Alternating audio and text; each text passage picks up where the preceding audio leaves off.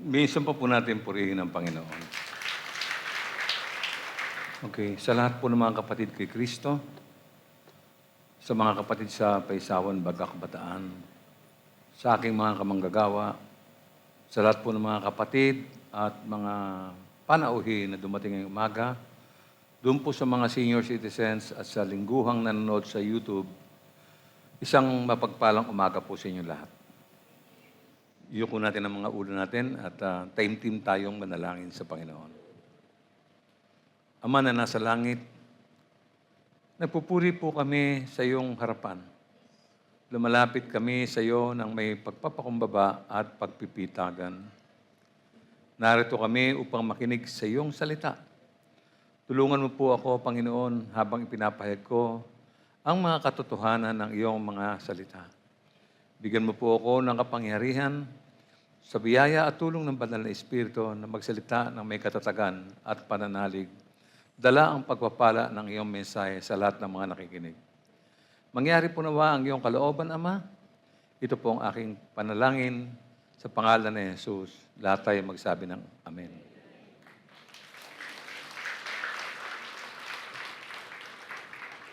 Naunawaan natin na mula sa nakaraang mensahe, noong nakaraang linggo, yung mga pakinabang na nakamtan po natin mula sa isang bagong buhay. No? Kung nakinig kayong mabuti noon, I'm sure na makaka-relate kayo sa sinasabi ko.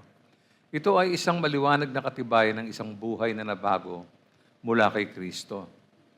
Sa pamamagitan po ng kanyang biyaya, dilinis ang mananampalataya sa pamamagitan ng kanyang kapangyarihan at binigyang katiyakan ang kanyang mga pangako. Ang bagong buhay po na ito ay mayroong layunin. Una, ang maglingkod, gawin ang mabubuting gawa at luwalhatiin ang Diyos.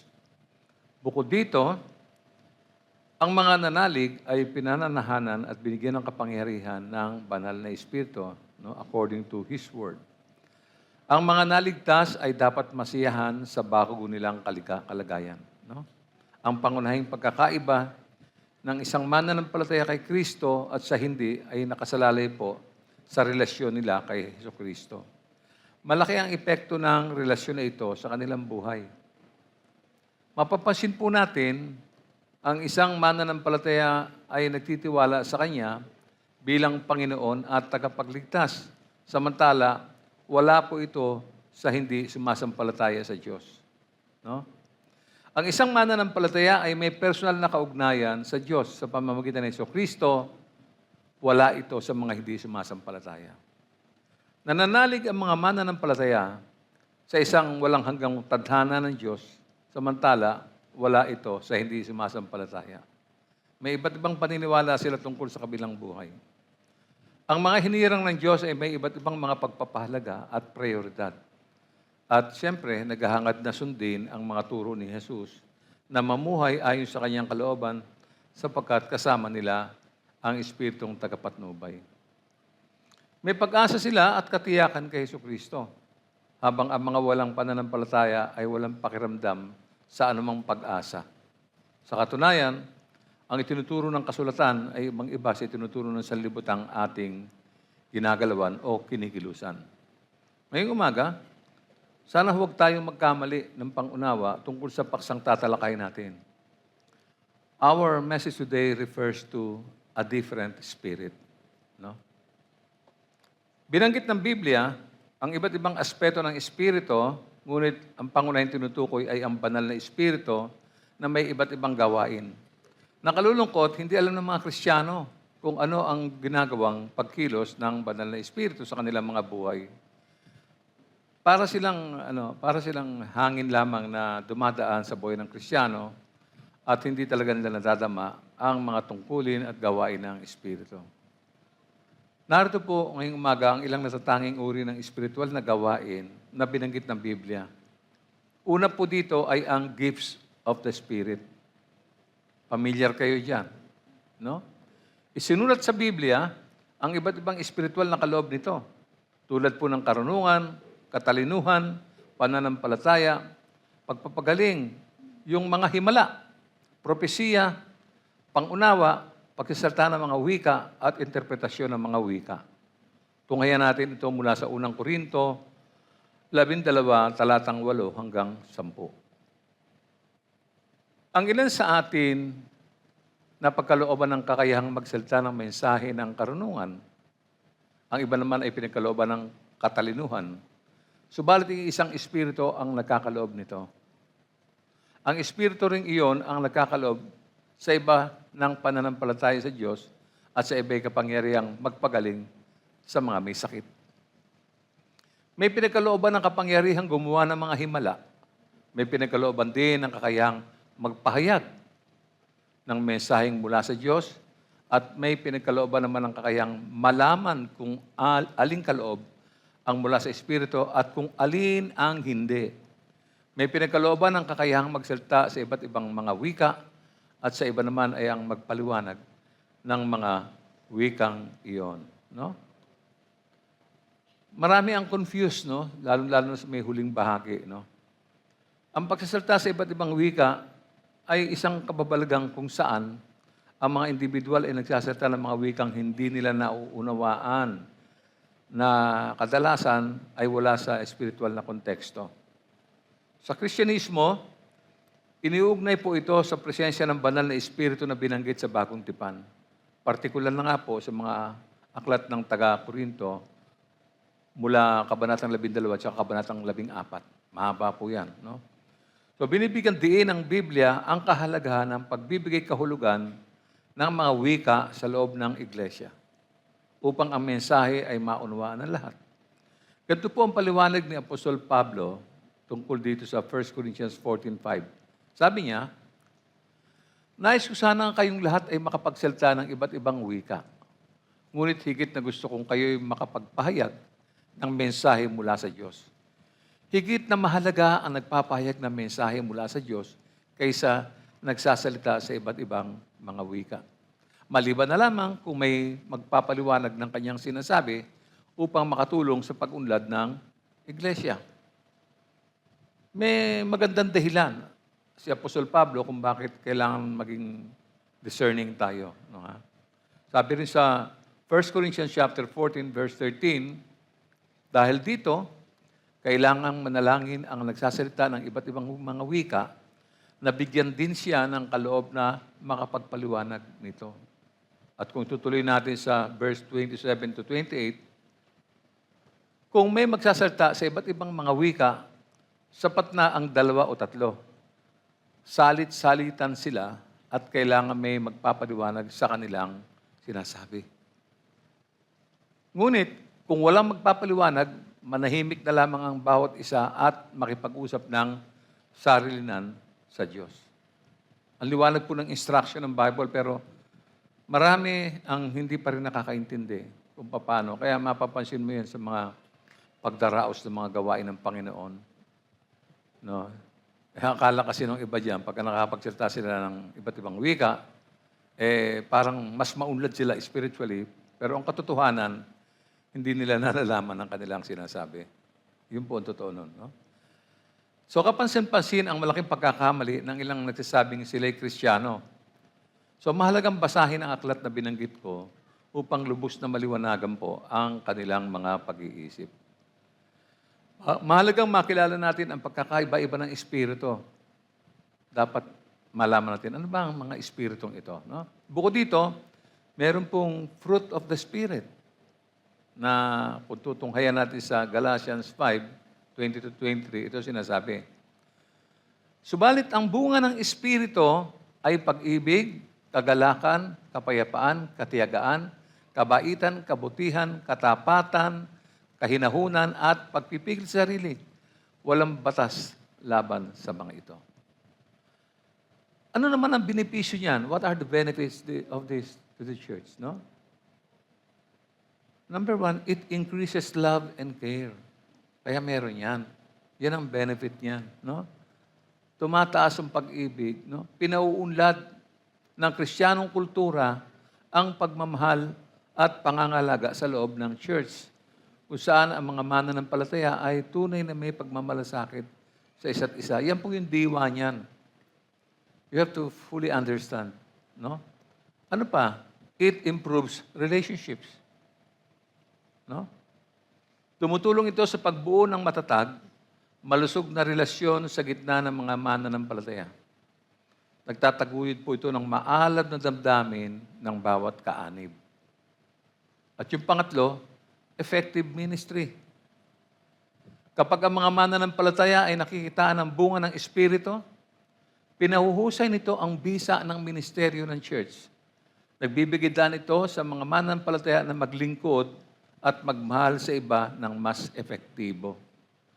Hindi lang po salita yan. Kailangan natin maintindihan, kailangan ma-digest, at kailangan ma-internalize po natin yung sinasabi sa aklat. Ang bunga po ng Espiritu ay mahalaga para maging malusog, malago, at maging epektibo ang church sa mga gawain. Kailangan kayong makinig na mabuti at mapag-aralan nyo ang bawat hibla ng mga salita.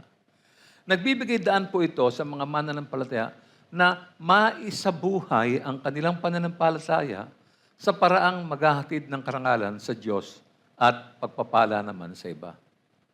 Yun po yung mission yan no? Ang isa pang mahalaga sa mga espiritu ay ang kapuspusan ng espiritu para sa lahat ng gawain ng ministeryo. Ito po yung anointing spirit.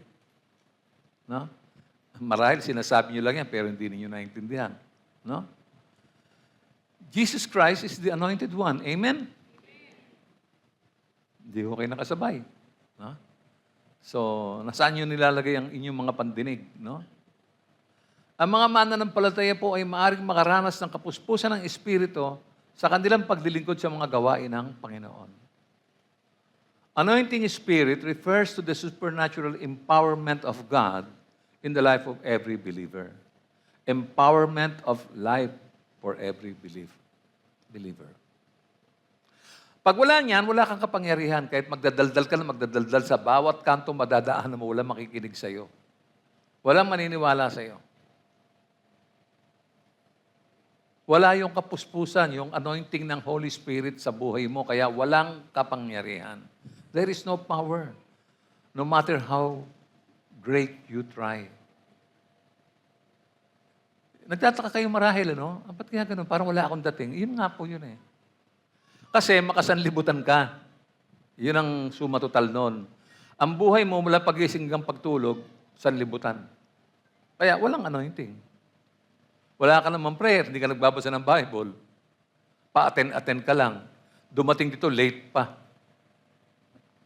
Kaya lagi ako nakatayo sa pintuan para makita ko sino yung mga tapat sa Diyos. Kita ko na naman ngayong umaga yung mga hindi ka kanais-nais ng mga persona.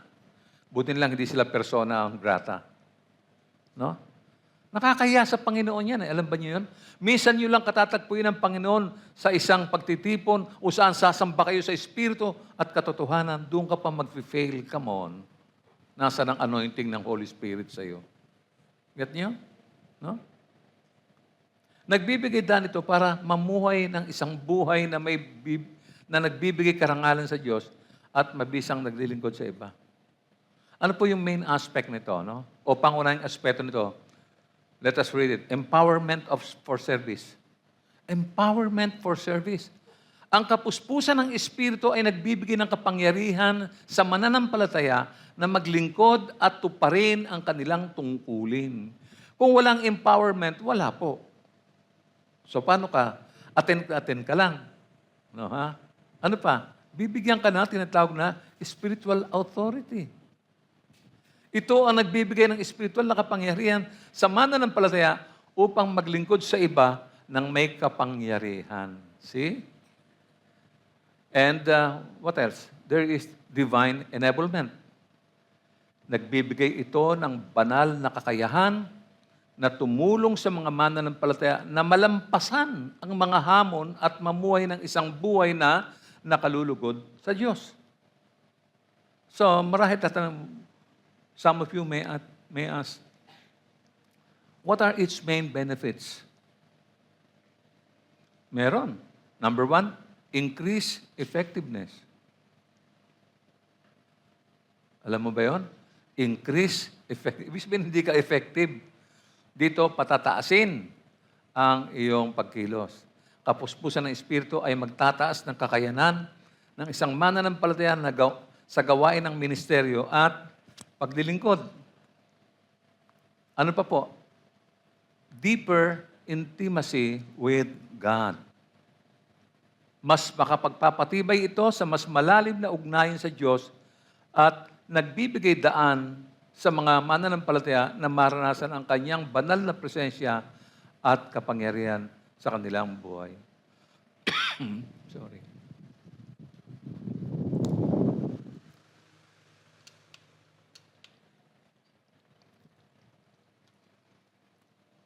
Ang sumunod po ay yung supernatural empowerment.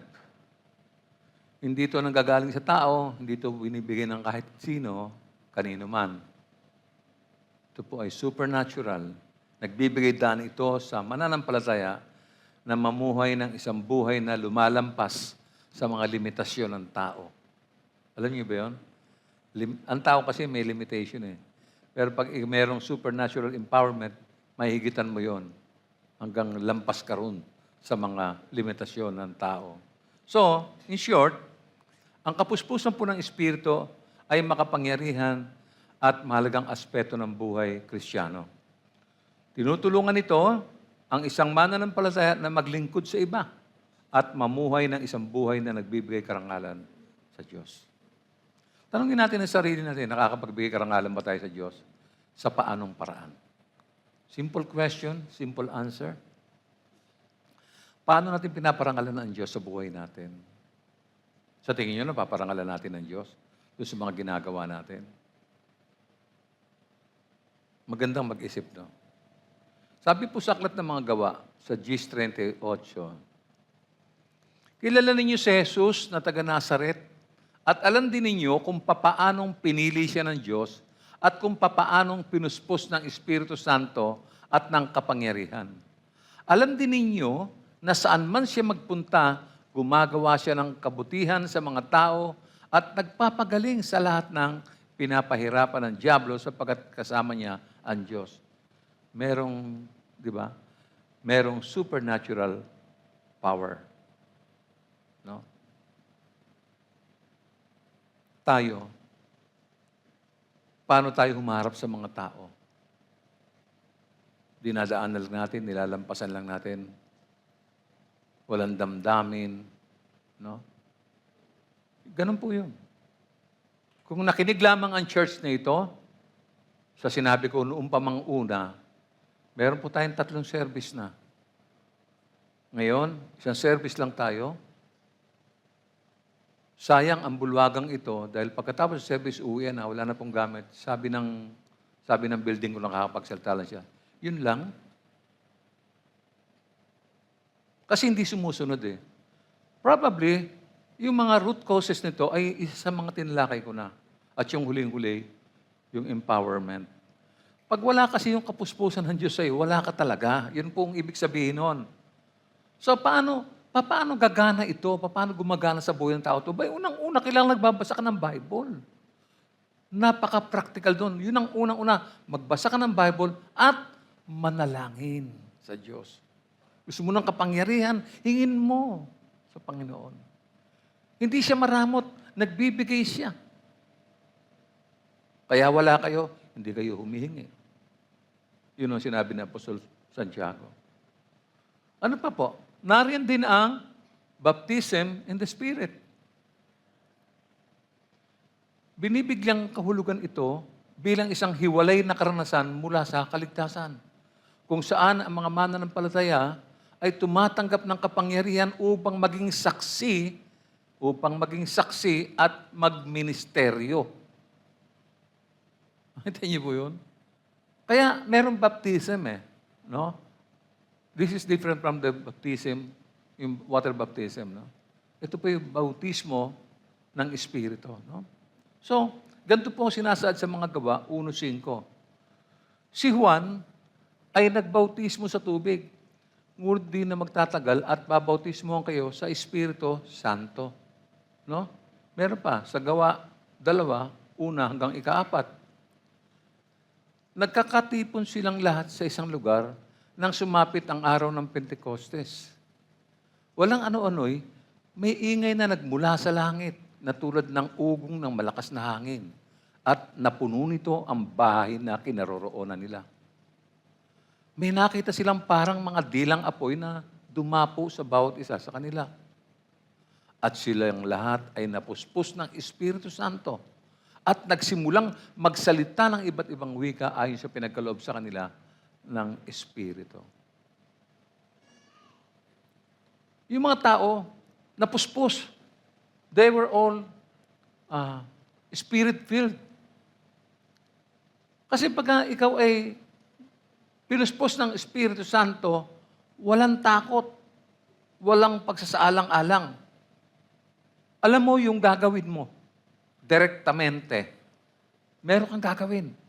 May pinagagawa sa'yo at hindi ka nag-iisip sa kung ano ang kalagayan mo. Ang tinitnan mo ay ang matapos at mabuo yung bagay na kailangan gawin mo. Kaya nga, ang mga pagpapakita at gawain ng Espiritu ay hindi nangangahulugang ito yung natatanging uri ng Espiritu. Sa halip po, ito po ay may iba't ibang paraan sa pagkilos sa buhay ng mananampalataya. That's why we need to be aware. Because Roman number 1, the spirit of Christian is to be different. Yes. No? Dapat iba ang espiritu natin. Alam natin yung umiiral na espiritu ngayon, espiritu ng sanlibutan. Sama-sama together. Kung ano ginagawa nila, ginagawa ko rin. Masaya kami na ginagawa lahat ng bagay na ginagawa namin. No? Pasinin natin ang malaking pagkakaiba sa pamantayan ng Panginoon kung ikukumpara sa ating panahon. Tingnan natin. Ganito ang sinabi ni Jesus sa Mateo 5:38 hanggang 44. Narinig niyo ang sinabi, mata sa mata at ngipin sa ngipin. Ngunit sinasabi ko sa inyo, huwag ninyong paghihigantihan ang masamang tao. Kung sinampal ka sa kanang pisngi, iharap mo rin sa kanya ang kaliwa. Kung isakdal ka, ninuman upang makuha ang iyong damit, panloob, ibigay mo ito sa kanyang pati ang iyong damit na pangbalabal. Kung pilitin ka ng manlulupig na pasanin ang kanyang dala ng 1 milya, pasanin mo yun ng 2 milya. Bigyan mo ang nangihingi sa iyo at huwag mong tanggihan ang nangihiram sa iyo. Narinig niyo sinabi, ibigin mo ang iyong kapwa at kamuhian mo ang iyong kaaway. Ngunit ito naman ang sinasabi ko, ibigin ninyo ang inyong mga kaaway at ipanalangin ninyo ang mga umuusig sa inyo. Nakita niyo ang layo? Yung espiritu ng sanlibutan, mata sa mata. Pag inusig ka, usigin mo rin. Sinampal ka, sampalin mo, barilin mo pagkatapos. Yun po yung espiritu ng umiiral. Nakita niyo yung mga road rage ngayon sa YouTube? Kasi yun ang espiritong umiiral eh. Ang mga tao galit, ang mga tao gutom. Ang mga tao, pag sinaktan mo, gagantihan ka. Binatukan mo, sasampalin ka, sisipain ka, hahambalusin ka. Ganun po yun. Pero alam niyo, napakatindi ng aral na ito at marami ang magdi-disagree dyan. Kaya yung mga kaibayo ni Kristo ay tumututol. Di ba? Ayaw ng mga pariseyo at ng mga eskriba at ng mga guro ng mga aral. Di ba? This is one of the most radical section in the Bible. One of the most radical section in the Bible. Ang hirap, masking Kristiyano ka na, ang hirap eh. Paano, Pastor, sinampal ako rito eh. Ano ba sabi ni Jesus? Pero ang hirap, hindi po ba? Bakit, nakakalalaki ka ba? Umuusbong agad yung sanlibutan, yung alam mo, kung paano tayo pinalaki sa lupang ating kinalalagyan. Marami po ang huminto, no? At nagkakamali sa literal na interpretasyon. Hindi naman ibig sabihin mata sa mata. Hindi po ganun. Hindi ibig sabihin pag sinampal ka, bigay ka na. Eh baka talagang tadyakan ka sa mukha niyan. Di ba? So, dapat tayong tumingin ng mas malayo sapagkat ito yung naglalarawan ng tungkol sa Espiritu. Katulad po ng susunod ng mga talata, let us observe. Matthew 6:19-21. Sabi nito, huwag kayong mag-impok ng mga kayamanan dito sa lupa. Dito ay may naninirang insekto at kalawang at may nakakapasok na magnanakaw. Sa halip, mag-impok kayo ng kayamanan sa langit. Doon walang naninirang insekto at kalawang at walang nakakapasok na magnanakaw. Sapagkat kung saan naroon ang iyong kayamanan, naroon din ang iyong puso. Sino sa atin na nakakaintindi ng mga salitang yan? Hindi naman tayo nag-iipon sa langit eh. Di ba? Doon sa mga kulang sa pag-iisip, paano ka naman mag-iipon sa langit? Alam ko, pag-ipunan lang naman yung kalkansya, saka yung bangko. Di ba? Pero alam nating mga Kristiyano kung paano mag-ipon ng kayamanan. Di ba? Pero taliwas po ito sa sanlibutan, kaya pagtatawanan ka eh. Pinapayaman nyo lang yung mga pastor. Totoo naman yun eh. May mga pastor na nagsasamantala. Totoo po yun. Nakikita ko rin yun. Yung salapi ng kaba ng bayan ay ginagastos niyang pansarili. Marami po niyan. Pero hindi po lahat ng pastor ganon. May mga taong naglilingkod ng tapat sa Panginoon. Dahil biniyayaan sila ng Diyos. Binigyan sila ng magandang pangako. At sinaayos ang kanilang mga buhay. Yun yung mga taong nagiging tapat sa Panginoon. Ito rin, radical teaching din to. Hindi rin nila maintindihan to. Mapapansin ninyo, nasalungat ito sa pangkalahatang diwa ng ating panahon. Taliwas na taliwas po siya. No? Ibang-iba ang mga aral nito, kaya't marami ang hindi makakasabay at maiiwan dahil hindi ito ukma sa kanilang buhay. Yes, I can tell you honestly, marami sa atin hindi po makakasabay dito sa aral na ito. Kaya tumalikod yung mga alagad na iba. Alam ba nyo? Dahil sa sobra ng aral na to. Nagsipagtalikod yung ibang mga alagad. Napakahirap sundin ang aral na ito sapagkat tinatalakay nito ang isang uri ng espiritong nakatuon sa mga ari-arian. Intindihin niyong mabuti. Kayamanan at iba pa na mas binibigyang halaga ng mga tao, lalo na po sa panahon natin ngayon. Even Christians. Hindi nila alam kung ano ang priority. Ang priority nila, sikmura. Ang priority nila, kakainin nila. Yun ang priority. Nakita niyo po yun? Kaya itong message na ito ay angkop na angkop sa atin. Hindi tayo pwedeng umiwas. Hindi tayo makakailag. Tama ito sa noo mo. Ito niyo. Yan yung espiritong umiiral sa mundo ngayon. Mag-ingat po tayo. Isa lang ang katapat niyan, magkaroon tayo ng kakontentuhan sa buhay, hindi ka maghahangad ng kung ano-ano, sapagkat alam mo na ang Diyos hindi magkukulang sa buhay mo. No?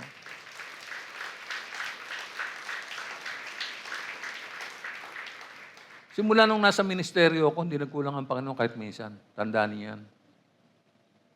Hindi nga ako naghahanap kasi nandiyan naman eh. Hindi ako naghahanap. Andiyan. Hindi ako namumroblema na, paano ba itong... Iniisip ko eh. Sabi ko, naglilingkod naman ako eh. Kung talagang...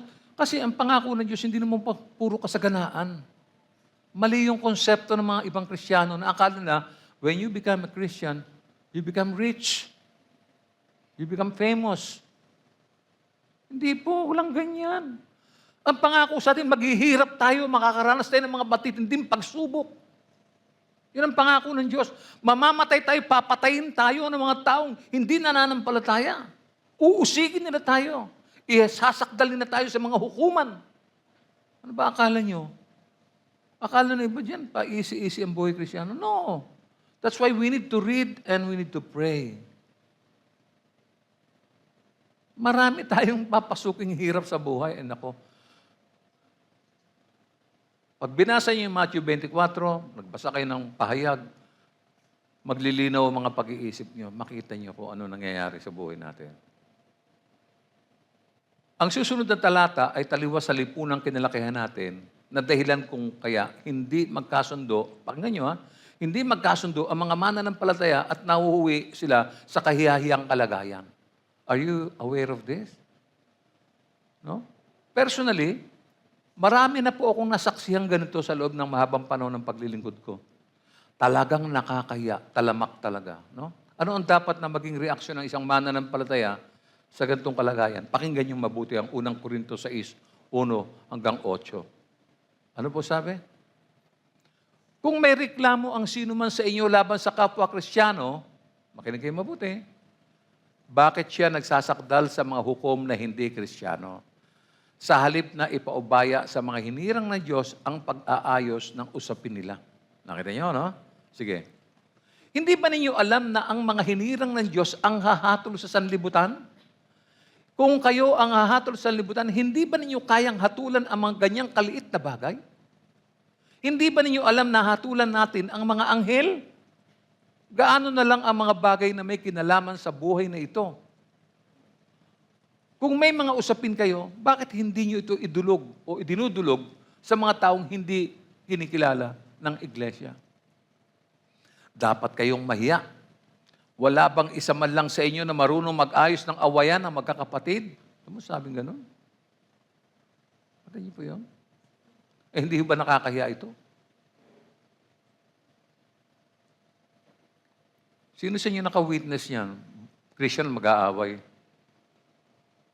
Ano ang sinabi ng isang chairman ng barangay sa dalawang magkapatid sa Panginoon na hindi magkasundo? May dalawang Kristiyano nag-aaway. Dinala na sa barangay. Sabi ng chairman, magkapatid naman pala kayo sa Panginoon eh. Bakit hindi na lang kayo magpatawaran at magkasundo? Mas may wisdom pa yung barangay chairman no? Kaya siguro siya naging chairman. Hindi ba nakakaya to? Kung sino pa yung hindi mananampalataya, siya pang may karunungang magsalita ng tama. O hindi ba dobling kahihiya dito? Di ba? Ituloy nga natin uli sa verse 7. Verse 7. Ang pagkakaroon nyo ng usapin laban sa isa't isa ay isa ng kabiguan sa inyo. Bakit hindi na lang nyo hayaang gawang kayo ng masama? Bakit hindi na lamang nyo hayaang madaya kayo? Tingnan natin na 8. Subalit kayo mismo ang gumagawa ng masama at nandadaya o nandaraya kahit na sa mga sarili niyo mga kapatid sa pananampalataya. Kita mo na. Yun pala, may mga nandadaya pa rin pala sa inyo eh. Kaya, di ba? Magkapatid naman pala kayo eh. Ba't di kayo magpatawaran na lang at magkasundo? Makikita natin na ang pilosopiyang kasalukuyang umiiral ay salungat sa diwa ng ating kapanahunan. Ang ating pumbasahin at pakinggan ang sinabi ni Apostol Pablo sa Roma 12:17 hanggang 21. Huwag ninyong gantihan ng masama ang masama.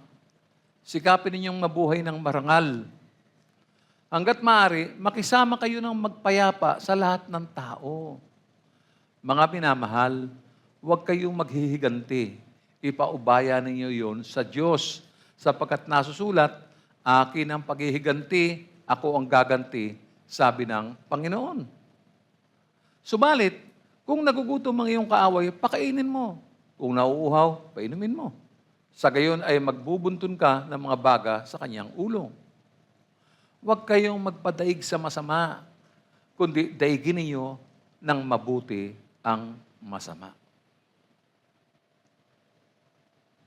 Ang daling basahin, pero parang ang hirap sundin. Kasi nga, nakakalakihan na natin yung mga asal natin, mga pag-uugali natin. Naalala ko yung mama ko. Ito hindi ko kinahiyang ikwento sa inyo. Yung mama ko, mabuti siyang nanay, Kaya lang, tuwing umaga, nag-aaral ako sa elementary, hindi ko po nakakalimutan yun Ang baong ko lagi, 2 pandesal. Kasi ang pandesal nun, 2.5, malalaki. Kasi nalaki nito, 2.5. Ang lalaki tsaka siksik. Pag kinain mo, para ka nag-lunch. Ang palaman ng Karinorte, araw-araw po, na pagpapala ng Diyos, araw-araw ang dala kong tinapay na baon, 2 tinapay, puno ng palaman ng Karinorte. Alam mo, sabi ng mama ko, Nonong,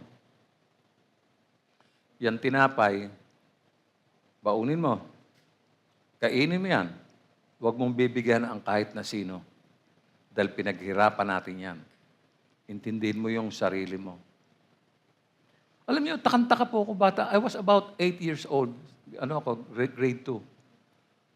I was about 8 years old. Takang-taka po ako eh. Kasi, sabi ko, ba't ganun? May katabi ako sa school. Alam niyo yung desk nung araw, pandalawahang tao, tapos may lalagyan ng ink, saka dito lalagyan ng lapis. Yung mga hindi umabot noon. Ganon, dalawahan po yun. Ha? Katabi ko yung kaklase ko. Yung kaklase ko, ang daming mga sa balat, yung parang mga kachichas, mga gombo-rombo. No, ha? Nakakaawa, mukhang gutom na gutom, mukhang tuyot na tuyot, alam ba yun? Pag darating ako sa school namin, pagka merienda time, kasi mayroon kami libreng gatas, galing sa UNICEF. Inabot namin yun eh. Sabi ko sa kanya, hati tayo, tigisa tayo. Tuwan-tuwa po siya. Masayang-masaya siya, masayang-masaya naman ang kalooban ko, pero hindi nararamdaman ng mama ko yung, alam mo yun, hindi niya nararamdaman yung nararamdaman ko. Naubos ba yung tinapay mo? Opo. Natututo ko magsinungaling. No? Bakit masama bang magbigay sa kapwa? Di ba ang sarap? Kayo, ano nadadaman nyo pag nagbibigay kayo? Di ba, pakiramdam mo parang, blessed ka. Alam mo kung bakit? Blessed ka talaga. Kasi ikaw yung nakapagbibigay, hindi ikaw yung binibigyan. Mapalad ka kung ikaw ang nagbibigay. Di ba? Sabi ng Biblia yan eh. Kayo ang magbibigay, hindi kayo manghihingi. Kayo magpapautang, hindi kayo mangungutang. You know? Our tendency is to retaliate. Pag may ginawa yung taong masama, ganti ka agad. No? Ganito po ang kaugalian natin nung hindi pa tayo nakakilala sa Diyos.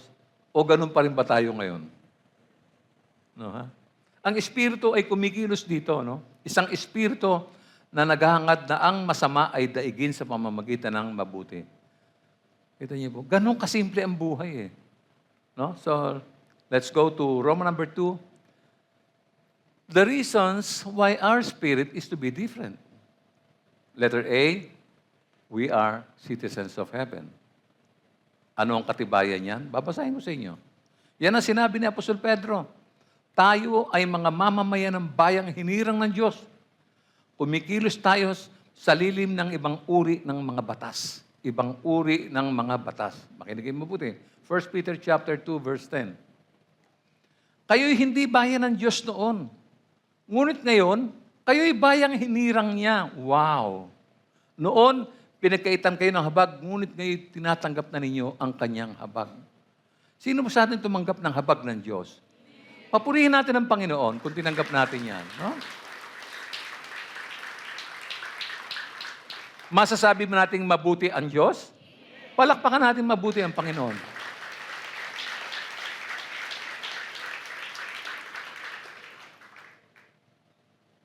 Kaya nga, intindihin natin mabuti. Bakit tayo nagdudwell doon sa mga takbo ng sanlibutan to? Bakit tayo sunod-sunuran sa kanila? Basahin natin yung Pilipos 3:20. Subalit sa kabilang dako, tayo ay mga mamamayan ng langit. Doon magmumula ang tagapagligtas na hinihintay natin ng may pananabik, ang Panginoong Jesucristo. Yan po yung nakalagay sa Bible. Nakita niyo? Mamamayan ng langit. Hindi tayo member ng kapisanan ng mga Pilipino dito sa Pilipinas. No? Because sooner or later, langit po ang pangako ng Diyos. No? Bunga tayo kasi ng banyagang kultura. No? Kaya nakikibako tayo sa kulturang di nararapat sa atin. No? Makikita mo yan sa mga office, di ba? Yung tapakan ng tapakan. No? Yung ayaw kang umangat, inihila kang pababa. Ganyan po yung espiritu ng sanlibutan. Ayaw niyang umasenso yung kapwa niya. Gusto niya siya lang. No? Nakatali tayo sa ibang uri ng pamantayan, mga kapatid. May iba't ibang pamantayan ang pag-ugali ng buhay sa ating lipunan. Ang Diyos ang ating pinagkukunan, kaya maaari tayong sumalungat sa kultura ng sanlibutan ito dahil hindi tayo umaasa sa kulturang ito. Umaasa lamang tayo sa Diyos. Kita nyo? Dinadala tayo ng Panginoon sa mas mataas na antas ng motibasyon. Ang layunin natin at nararapat natin gawin ay luwalhatiin ang Diyos sa halip na ipamuhay ang itinutulak ng kultura sa kapanahunan natin. Masama eh. Kahit saan ka pumunta, yan, bagong baryo, palumbas ka ng bagong, pumunta ka ng SM. Kahit saan. Punta ka sa Grand Central. Yung culture, dala-dala natin, pareho. Di ba? May ilan-ilan na nabago na kagaya nung napulot yung pitaka sa loob ng tricycle. Hahabulin ng tricycle driver yung may-ari ng pitaka. Pero ilan ba yung uri ng ganyang klaseng mga tricycle driver? Sa kanila, pag napulot yun, swerte. Yun na wala naman, sabi, malas. So, dalawa lang ang tumatakbo yan, swerte at malas. Ito niyo. Masama eh. Masama. Sabi po sa Mateo 6:2, ito, kaya nga, kapag naglilimos ka, huwag mo nang ipag-ingay pagaya ng ginagawa ng mga mapagkunwari. Ayan. Naglilimos sila sa mga sinagoga at sa mga lansangan upang sila'y mapuri ng mga tao. Tandaan ninyo, tinanggap na nila ang kanilang gantimpala. Maraming taong ganyan, nakikita naman nyo, di ba? Sa school lang, natatawa ko yun. Di ba? Sa mga donation sa school, di ba? Very proud sila na magbigay dahil yung isang poste ng bakod ng eskwela nakatitik ang mga pangalan nila. Donated by Mr. and Mrs. Santos. Di ba? Gusto nila yung nakabandera yung pangalan nila pagka nagbibigay sila. No? Parang yun ang culture eh. No? Yun ang espiritong umiiral. Kailangan makilala ka ng tao dahil nagbibigay ka, etc. Ang nagbibigay ay hindi dapat naghahanap ng pagkilala. Dapat ganun. No? Itinuturo ni Jesus na kapag nagbigay sa nangangailangan, hindi dapat ituon ang atensyon sa sarili. Iwasan din yung pagkukunwari. Hindi po layunin na nagbibigay na makakuha ng papuri mula sa iba. Pagka nagbigay ka, hindi na sa iyo yun. Binigay mo na eh. Diba? Kailangan dalisay din yung motibo, mga kapatid. No? Nakatuon sa tunay na pagtulong sa iba sa halip na maghanap ng pagkilala o gantimpala. No, di ba? Marami yan. Mga philanthropists, di ba? Ang kailangan ay tunay na pakikiramay at pagmamalasakit sa mga nangangailangan. Sa halip na magbigay para sa personal na pakinabang o pagkilala, heto pa ang paalala ni Jesus sa verse 5. Kapag nananalangin kayo, huwag kayong tumulad sa mga mapagkunwari. Meron palang prayer na kunwari lang. Mahilig silang manalangin nakatayo sa mga sinagoga at sa mga kanto upang makita ng mga tao. Tandaan ninyo, tinanggap na nila ang kanilang gantimpala. Ano po ba ang requirement sa prayer? Simple lang naman eh, di ba? Ang kailangan sa panalangin ay dalisay na motibo, di ba? Nakatuon sa Diyos sa halip na hangaring mapabilib ang iba. Di ba? Iwasan ang pagkukunwari. Mas kailangan ang seryosong pakikipag-ugnayan sa Diyos. Binigyan din po ni Jesus ang kahalagahan ng saloobin ng puso sa panalangin. Nakikita at ginagantimpalaan ng Diyos ang mga tunay at mapagkumbaba. Ano ba kailangan mo sa Panginoon? Simple lang naman eh, di ba? Number one is yung, siyempre, yung health. Siyempre, di ba? Yung personal to, personal. Yung health mo, lalo na kung breadwinner ka, paano kung magkasakit ka? Paano na yung pamilya mo? So, ba't mo paglalaruan yung prayer mo? Ikaw yung may pangangailangan. Maging seryoso ka. Di ba? Sabi mo, Lord, nahihirapan ako sa trabaho. Yung manager namin, Lord, talagang pauwi na lang ako. Dami pang pinapahabol na utos eh.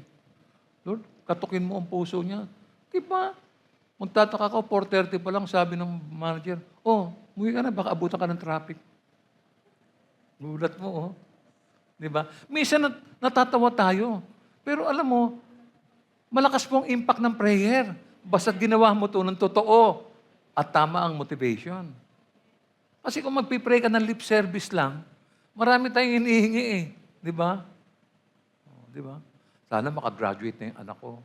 Nag-aapura ka para may katuwang ka na sa hanap buhay. Di ba?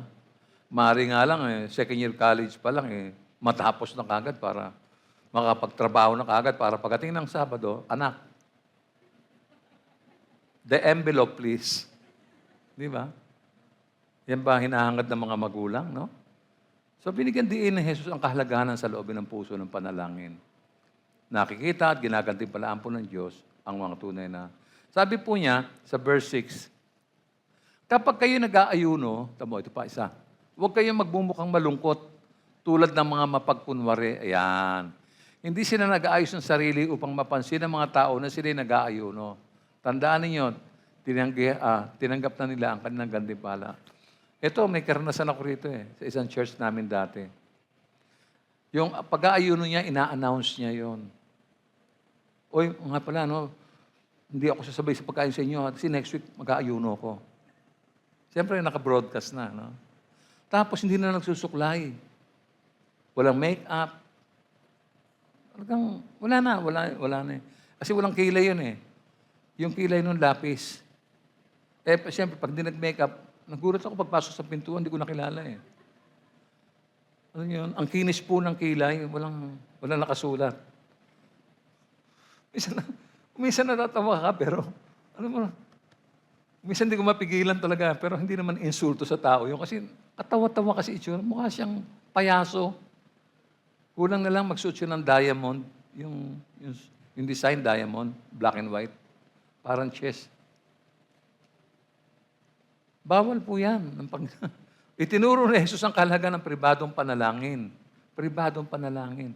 Kung saan ang mga mananampalataya ay maaaring magkaroon ng matalik at tunay na pakikipag-usap sa Diyos. Personal kasi ito, kapatid, no? Yung talata ay nagbibigay diin sa paghahanap ng presensya ng Diyos at koneksyon sa panalangin. Sa halip na maghanap ng pagkilala ng tao. Nangako si Jesus na ang Diyos na nakakilala o nakakakita ng ginagawa natin lihim ay gagantimpalaan niya ang mga taimtim na nananalangin. Hindi mahirap yan Basta totoo lang. Totoo lang. Pagka nagpipray ka, huwag kang mang-impress. No? Alam niyo ba yun? May mga prayer na nang i-impress Mataasan kami. Naalala ko yung nakain kami ng tanghalian doon Naikwento ko na to pero doon sa mga bago. Ang isarap ng ulam namin sinigang na baboy May siling mahaba na green, ang bango. O kakain na tayo, sabi ng kapatid. Nag-pray po. Matapos kami mag-pray, malamig na sabaw Ano yun? Ang haba po. Yung prayer niya, nakarating kami ng Hong Kong. Can you imagine that? Ano ba? Sasabihin mo lang naman, Lord, maraming salamat po sa biyaya mo. Panginoon, napakabuti mo, Lord. Di ba? Ba't sasabihin pa, pumunta pa ka ng Hong Kong at kung saan-saan pa, sumakay pa ng barko.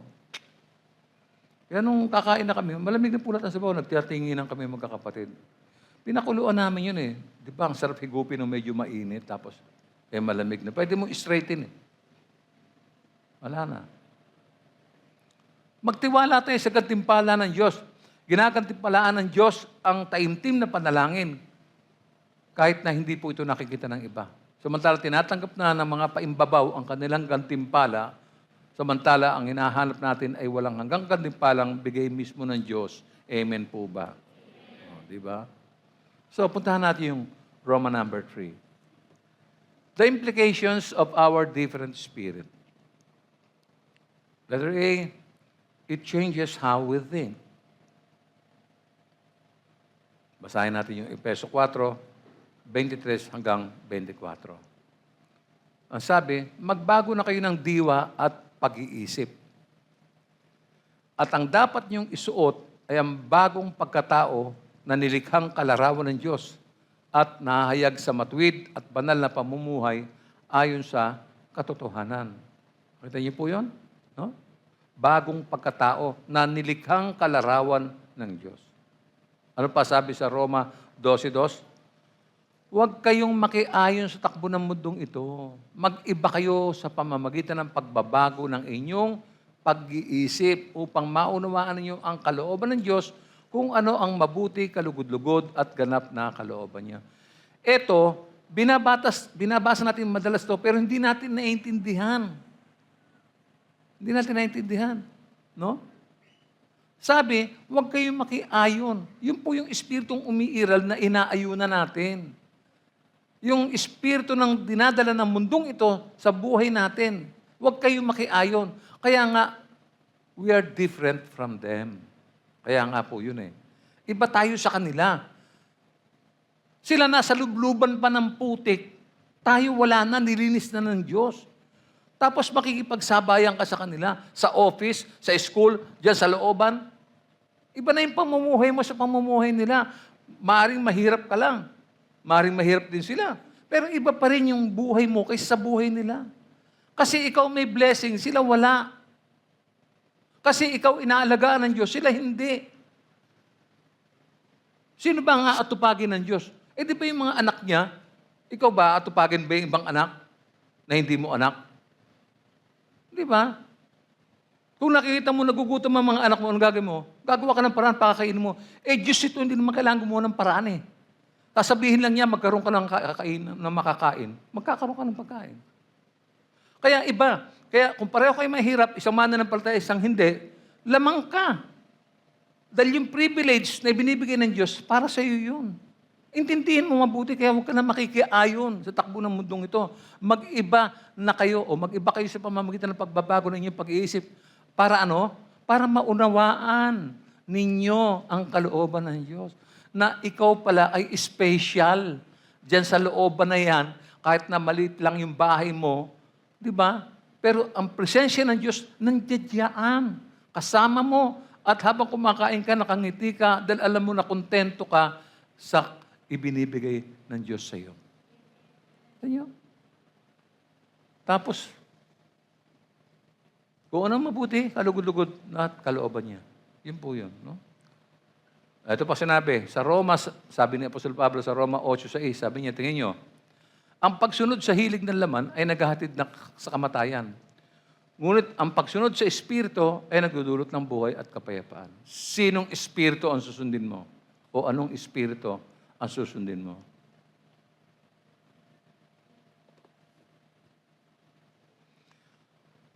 Ang Kristyanismo ay relihiyon ng mga taong nag-iisip. Pagka-Christian ka na, nag-iisip ka. No? Ang pinakapangkaraniwang problema ay hindi po sapat sa ating pag-iisip. Kailangan tayong mag-isip na mabuti at manalangin. Letter B, it changes how we approach life. Paano natin tinignan ang buhay?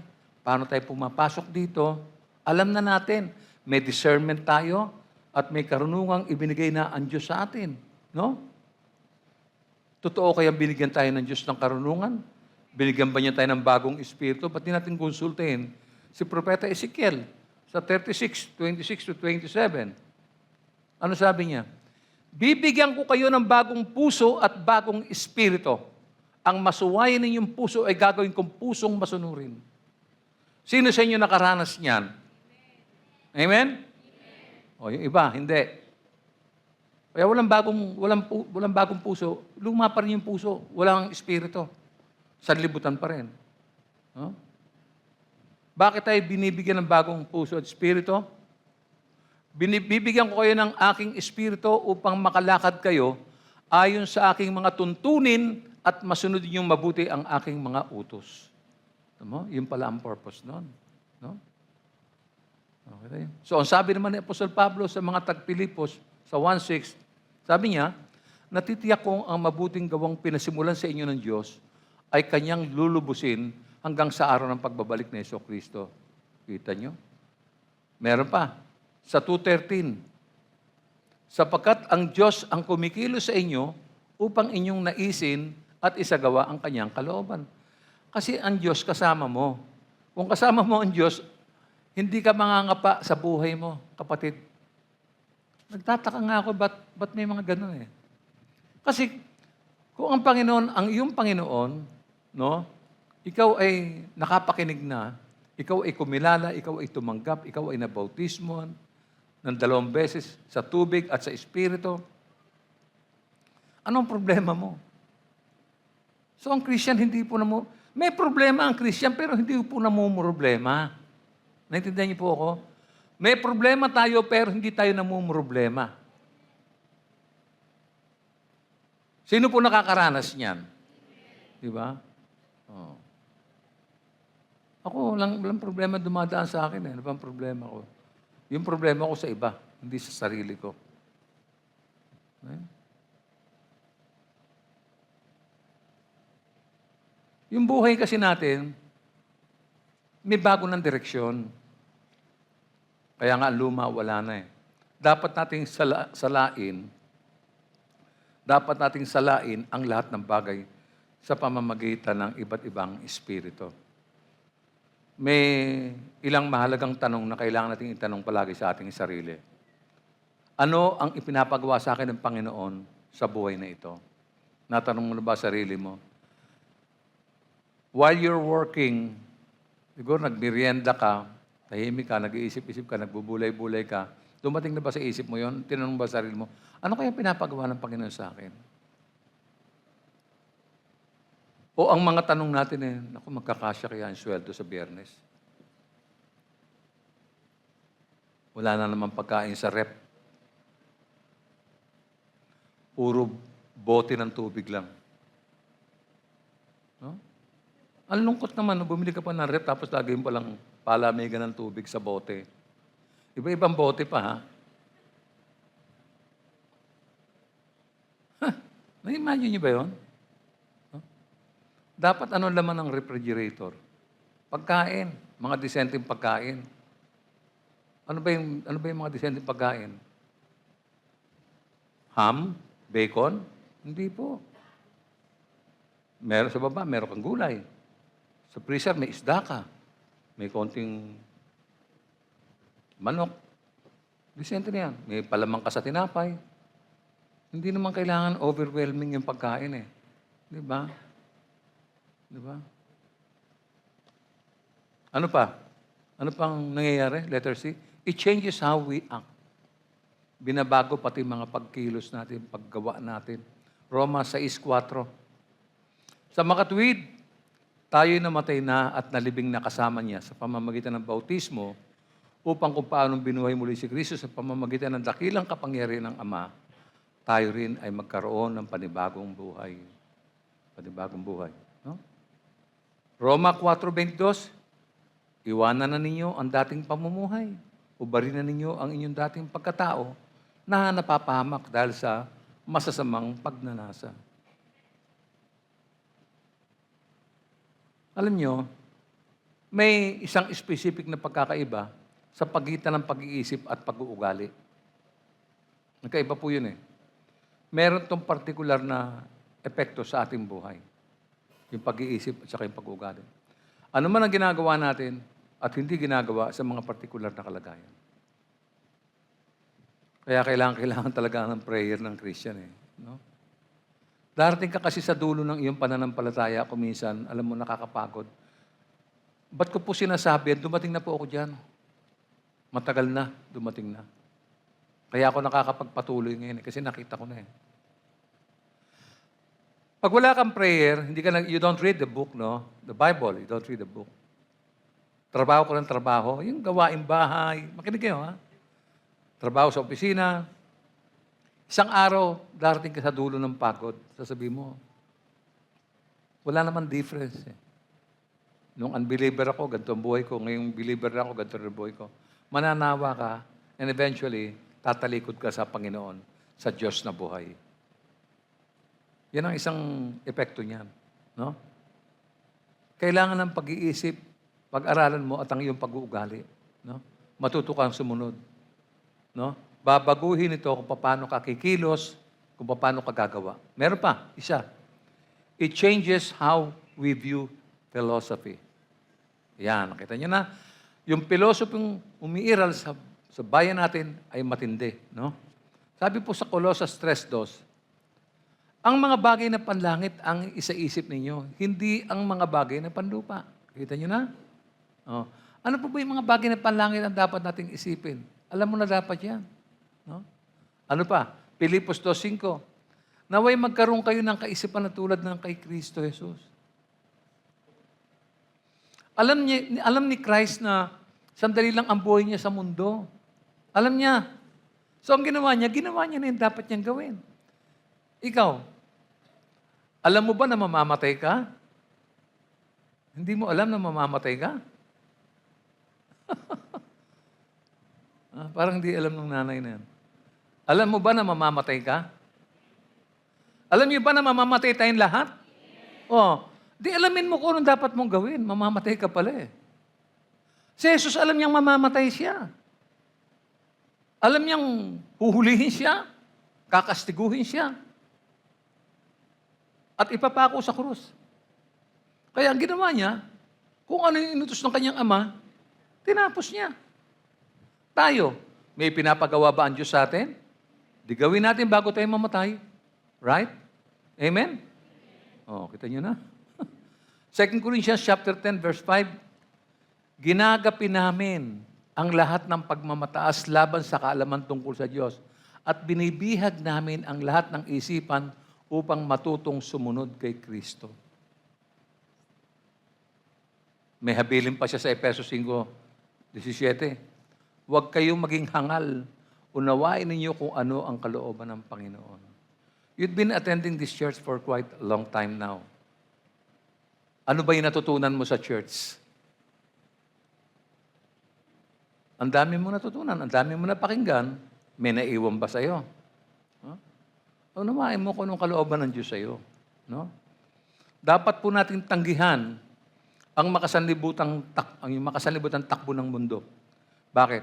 Sapagkat may ilang partikular na epekto ito sa ating buhay. Mag-ingat sa mga aklat na quote-and-quote, no? Tulad ng how to. Nakakabasa ba kayo ng pelikula? How to.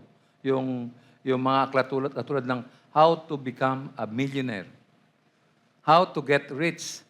How to be successful in business. Mag-ingat din sa pagpapayo.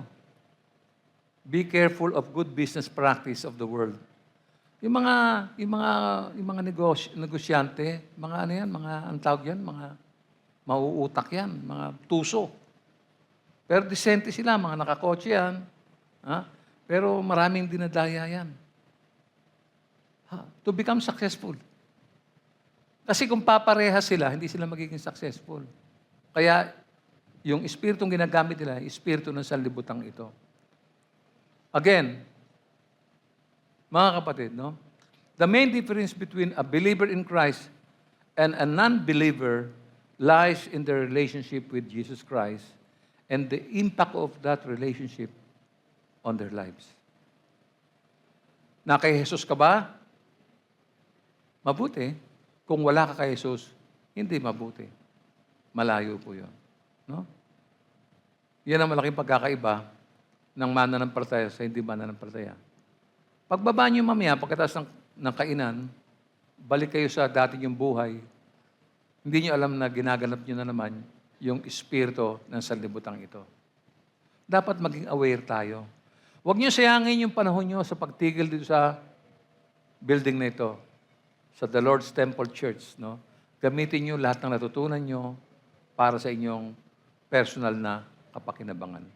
Sa akin pong pagtatapos, Paul summarizes in 1 Corinthians 2, verse 12, the spirit that ought to characterize us. Ano po ito? 1 Corinthians 2, verse 12. Tandaan niyo ito. Ang tinanggap natin ay hindi ang espiritu ng sanlibutan, kundi ang espiritu na mula sa Diyos upang maunawaan natin ang mga kaloob niya sa atin. No? Ang espiritu ng sanlibutan ay kumakatawan sa mga secular na halaga. Karunungan ng tao at isang pag-iisip na kadalasang binabalot ng mga pagdududa, takot at kawalan ng katiyakan.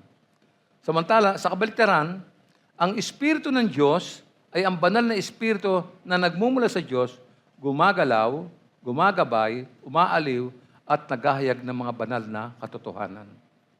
Ang espiritu ng Diyos ay nagbibigay ng kapangyarihan sa mga mananampalataya upang maunawaan at pahalagahan ang mga pagpapala ng pagtubos, kabilang ang pagpapatawad, pagbibigay katwiran, pagpapakabanal, at buhay na walang hanggan. Ang kaalamang ito ay hindi lamang intelektual, kundi isang espiritual na karanasan at pagsang-ayon. Ito ay kabaligtaran sa karunungan ng tao. Ang karunungan po ng tao ay malayo sa tunay na karunungan ng Diyos. Humahantong ito sa pagmamataas at kahangalan. Ang Espiritu ng Diyos sa kabilang banda ay kinikilala na hindi tayo karapat-dapat na maligtas at ang kaligtasan ay tanging sa pamamagitan lamang ng biyaya ng Diyos. In essence, ang 1 Corinthians chapter 2 verse 12 ay nag-aanyaya sa mga mananampalataya na umasa sa banal na Espiritu na nagbibigay daan sa atin na maunawaan ang laki ng pag-ibig at ang pagpapala ng Diyos na nagpapatibay ng diwa ng pasasalamat at kagalakan. Sa pamamagitan po ng pagtanggap sa buhay na pinamumunuan ng Espiritu, maaari tayong mamuhay ng totoo na may layunin at pananalig at mauunawaan ang kalooban ng Diyos sa ating buhay. Purihin po natin ang Diyos.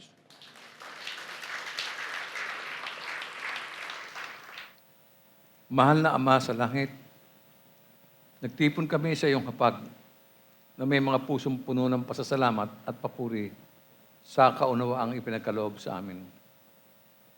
Salamat sa kaloob na buhay, sa pagmamahal ng pamilya at mga kaibigan, sa pagkakaloob ng aming pang-araw-araw na pangangailangan. Nagpapasalamat kami sa lahat ng ito. Samahan mo nga po kami, Ama, ng iyong kabutihan sa lahat ng mga araw ng aming buhay sa iyong kagandahan loob.